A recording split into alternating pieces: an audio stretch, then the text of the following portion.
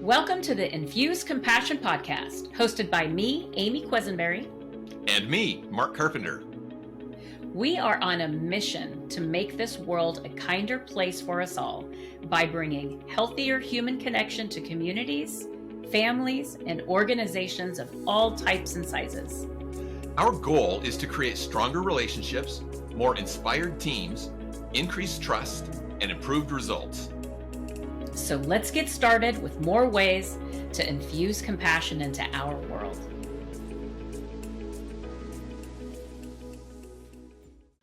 Welcome, Compassionators, to this week's episode of the Infuse Compassion podcast. So glad that you're back with us. I hope you were here with us last week when we talked to Dr. Anna Thomas.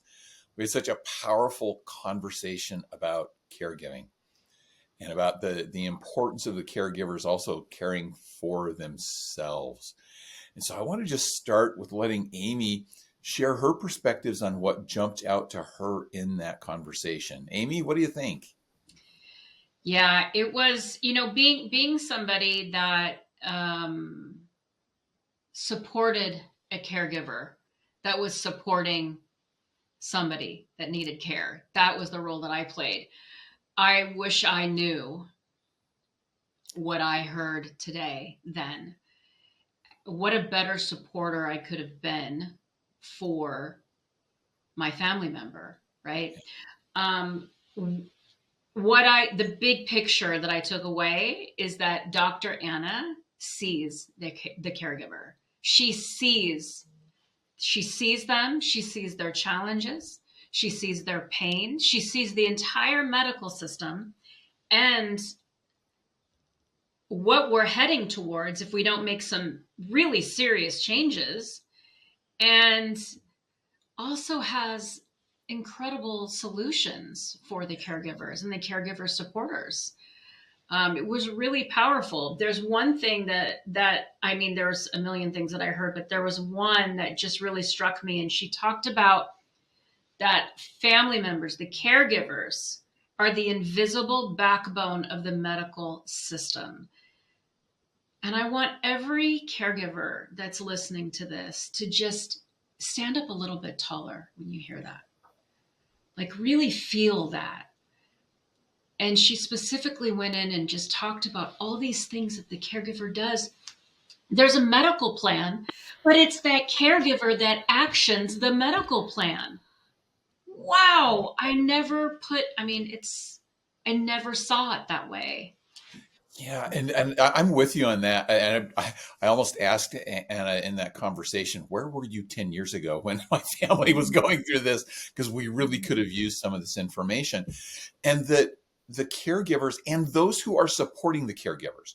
So not just the caregivers to stand up a little taller and be seen, but also those that are supporting the caregivers, like the situations we've been in, to see those people and really see what's going on with them and to step in and be a part of that. I loved how Dr. Thomas equated caregiving with leadership. Mm-hmm. When you're a caregiver, you are being a leader. You are the CEO of that caregiving team. And the CEO does not do everything at the company. Mm-hmm. The CEO leads. And so the caregiver, a lot of times I think, feels like they have to do everything. I know the situation that I was in 10 years ago was my oldest sister was caring for my mother who had a form of dementia at that time. And I know there were a lot of times she felt like she was the only one, that she was all alone. She was running the entire company by herself. And I think that there were those around her who could have stepped into a more prominent role, me included, to be able to help with that caregiving if we saw it as a corporation, as a leadership challenge, not just a caregiving challenge. Mm-hmm. Yeah. A couple of the things, first of all, the leadership challenge, I think that's a brilliant thing to spotlight here because she talked about this a couple of times, it's the reframing, right? To reframe the perspectives, to reframe our approaches. And that's a really powerful way to reframe it because when a lot of times, this is a saying that I've heard, I use the saying, Are you running your life, or is your life running you? Right? Sometimes we just feel like, a dog chasing our tail. We just can't catch up. And when we stop, we've had those moments where we stop and we make our to-do lists and we think, what do I want to accomplish over the next, X time, X time, X time. And we get organized and we have the conversations. We feel so good. We feel liberated. We feel empowered. We feel not in control. Control is an illusion, but we feel like we're in charge, right? We feel like we are leading our life. And then there are other times where life just sometimes gets a hold of us, it just gets a hold of us and grabs us. And sometimes it's just a lot, right? Sorry. Yeah, and in caregiving, well, I think there are a lot of days that the caregivers feel like, no, my life is running me. Yeah. And because there are a lot of elements of that you don't control. I think back to my sister, and there were so many times, and this is very common in dementia situations, where my mom did not recognize who she was. Mm. And so she treated her like a stranger and was like, get out of my house. You don't belong here. Who are you? I distinctly remember just with this heartache feeling, a Sunday night when my sister called me and said, I need your help. I'm 600 miles away. And I said, what can I do for you? And she said, Mom doesn't recognize me. She doesn't trust me to give her medication because she thinks I'm a stranger. I said, let me talk to her. And so I got my mom on the phone. I said, Mom, what's going on?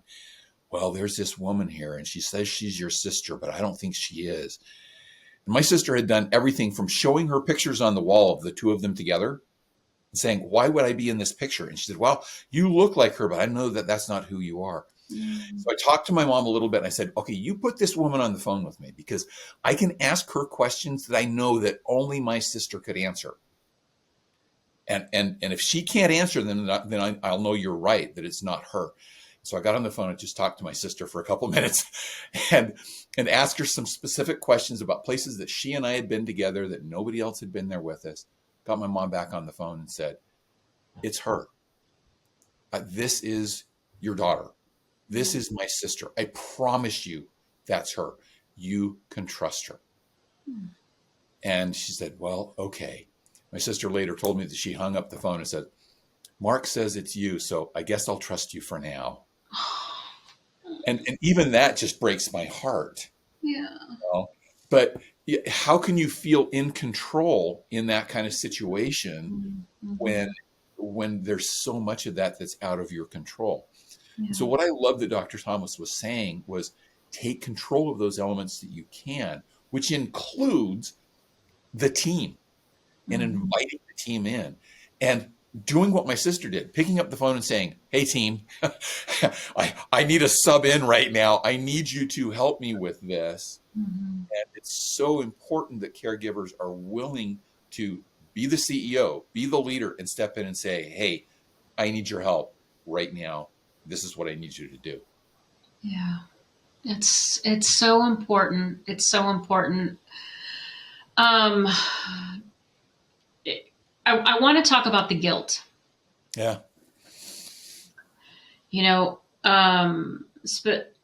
Because I think that, this transformation, this repositioning to a place of self-compassion, as Dr. Anna spoke about, one of the components is to let go of the guilt. The guilt for whatever the caregivers that I've been around is the guilt of not being able to do everything. And the guilt of wanting to do other things. The guilt of having to say no to one family member to say yes to another family member. All the things that they're having to say no to so that they can care for this person. So much guilt comes with all of that. And she spoke so eloquently about the importance of letting that guilt go. Yeah. And I think so often caregivers the most prominent person they say no to is themselves. Oh, yeah. You know, they'll say, no, you don't deserve, or you can't take this break. You cannot take some time off. You cannot hand this over to anyone else. And, you know, the situation that I was in, it was a child to a parent. A lot of times it's a couple, it's a relationship. It's a husband to a wife to a husband, however that happens to work out. And it's part of their identity. It's part of role that they are a caretaker, they are a caregiver. But I love that point too about you've got to find practices to be able to let go of that guilt and say yes to your own care and be the caregiver to yourself, because you cannot give care to the other person if you're not in a good place yourself. That's right.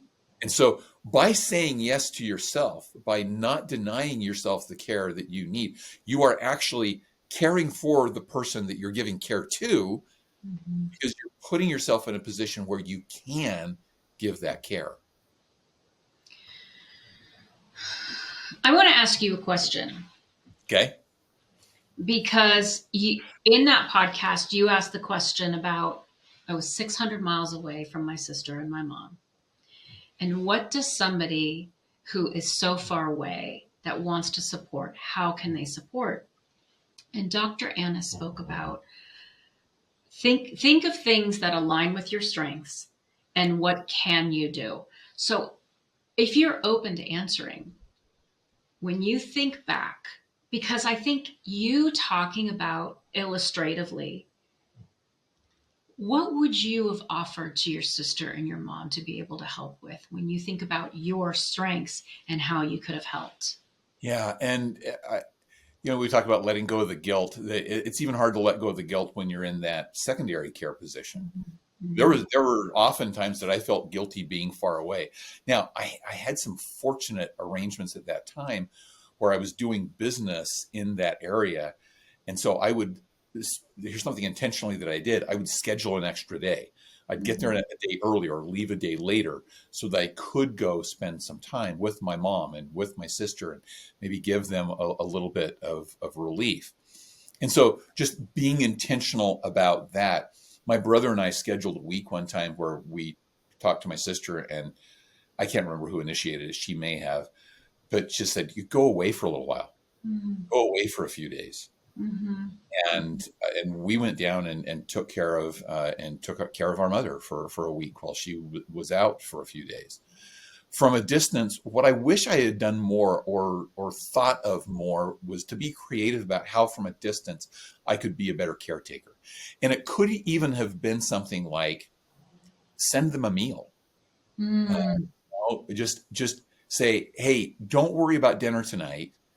When you get home from work, dinner's going to be there for you at 5:30.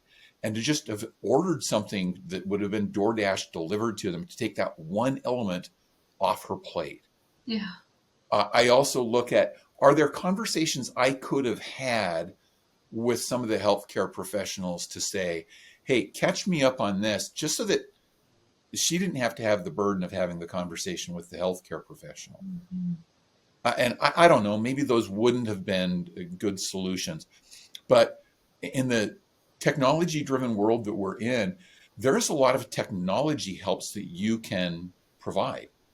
That you can get on Zoom calls with them. You can get on phone calls with the healthcare providers. You can do more today.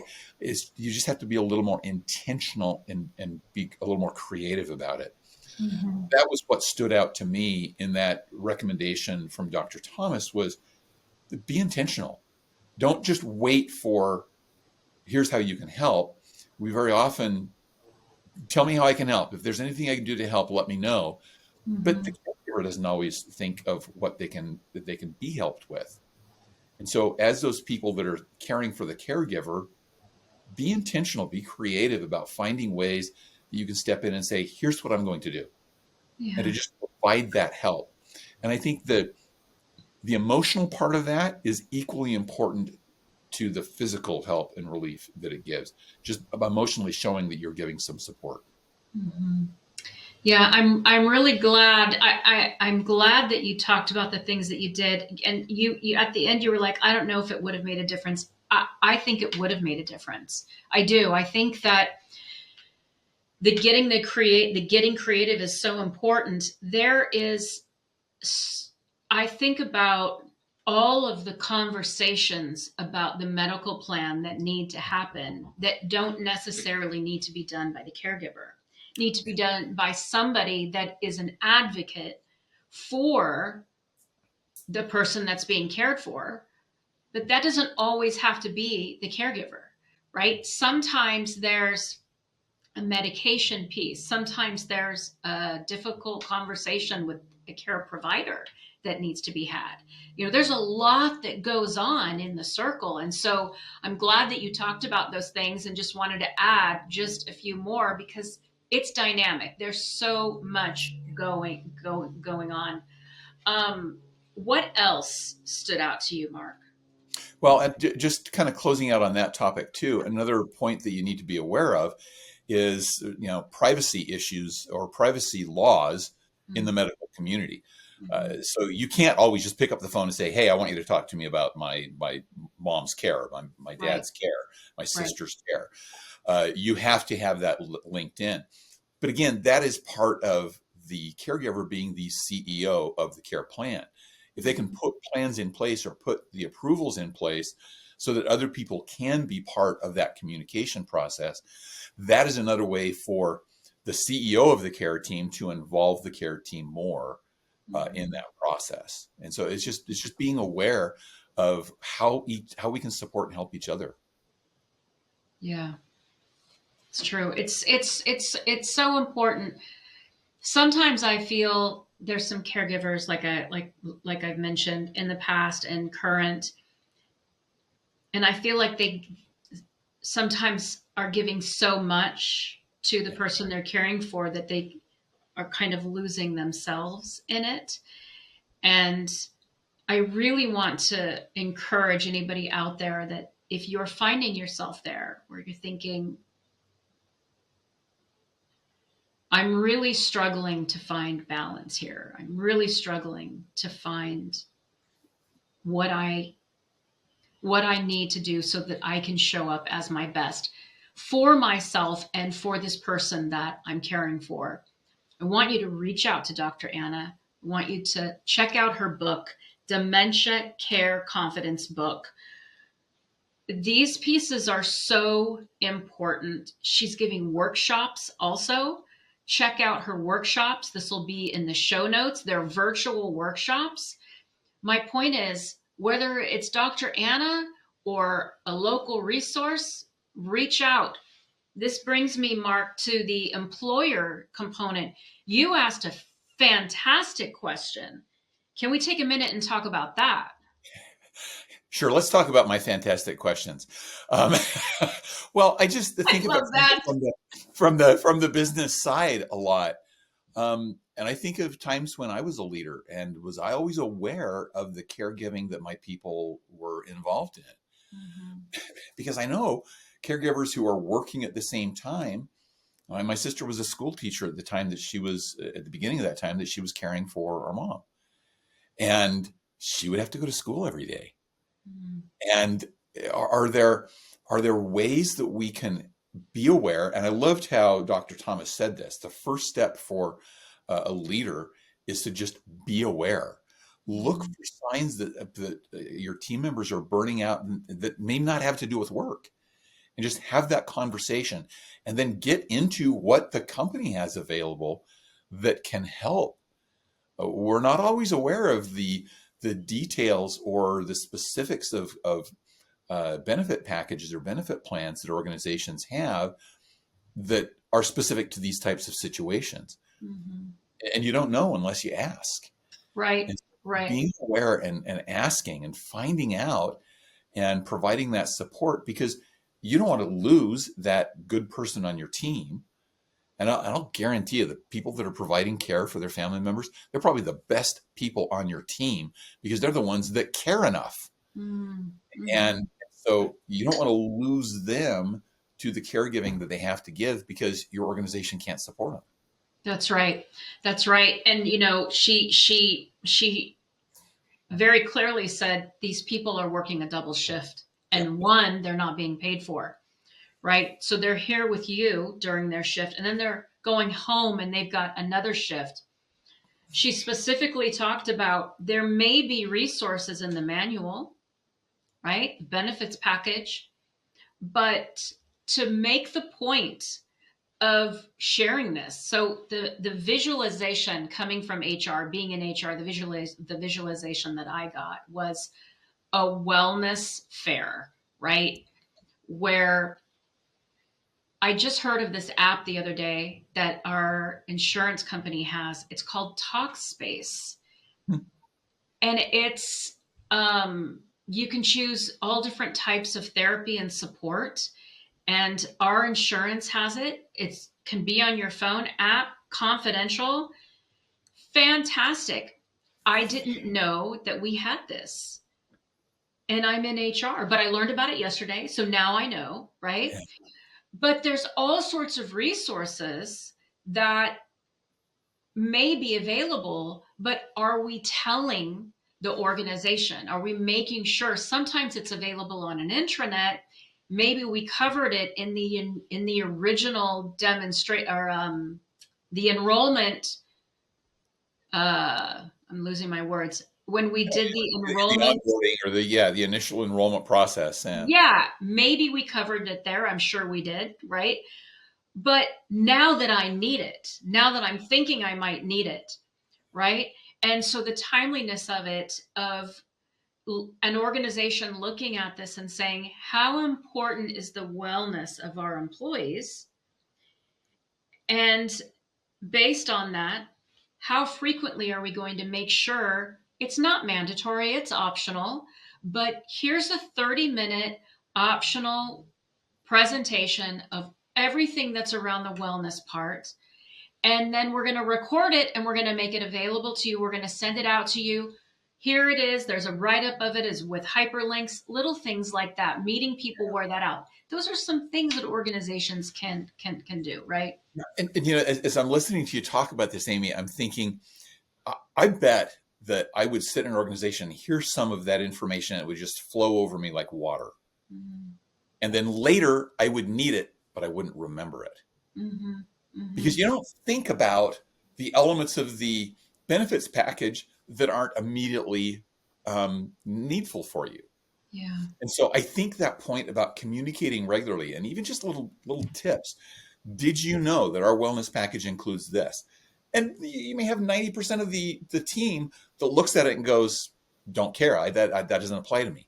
But that 10% that it does apply to in that moment, mm-hmm. that would be super important for them to hear. Yeah. So those regular reminders of what's available in the expanse, the tool you mentioned, the app that the organization has through their wellness program. There's so many great resources like that mm-hmm. that we just don't know about.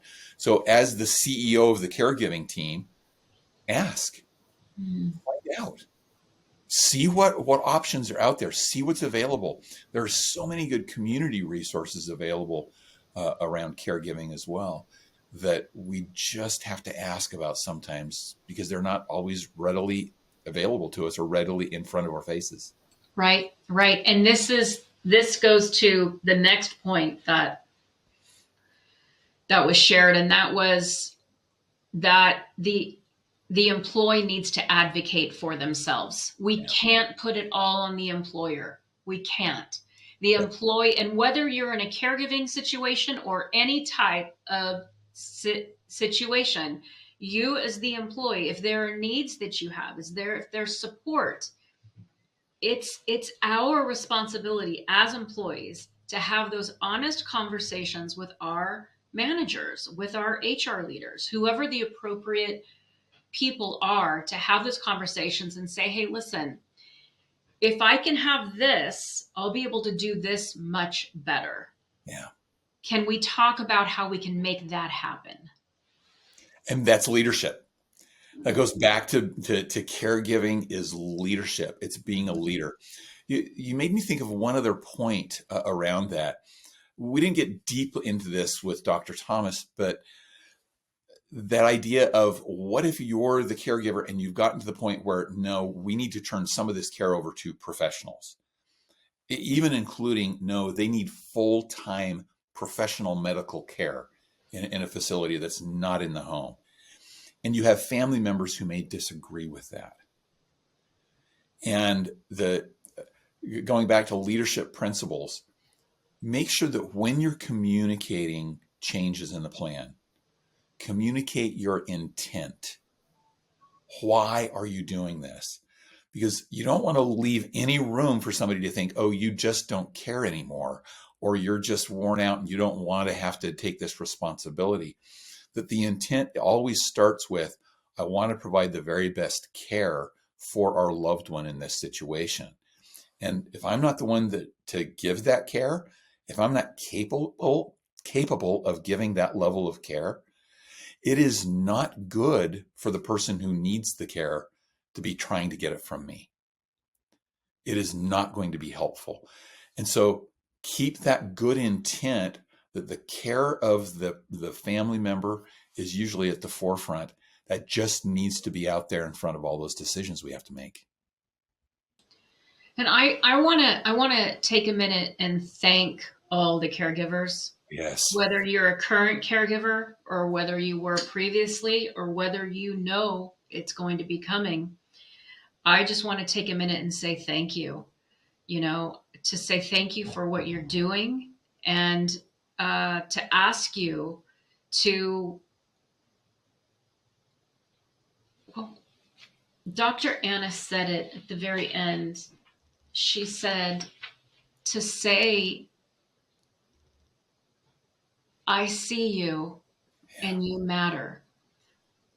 Like you're so important, and the work that you're doing and the love that you're giving and the care that you're giving. Thank you so much. And I hope you take that and you turn it into something special for you. What is it that you need to show up even better tomorrow?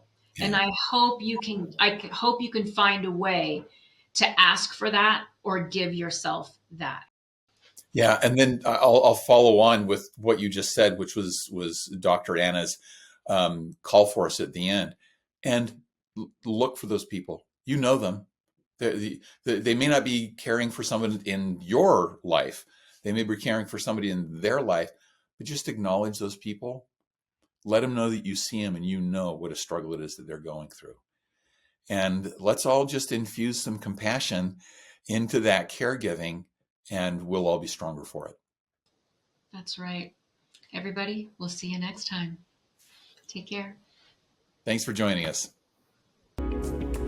Thank you for joining us for this episode of the Infuse Compassion podcast. If you enjoyed the conversation, please share a review and like the podcast so other compassionators can join us. Until next time, let's all do something each day to infuse compassion into the world. For more information on our guests, see the show notes. For more information on Mark and Amy, go to infusecompassion.com.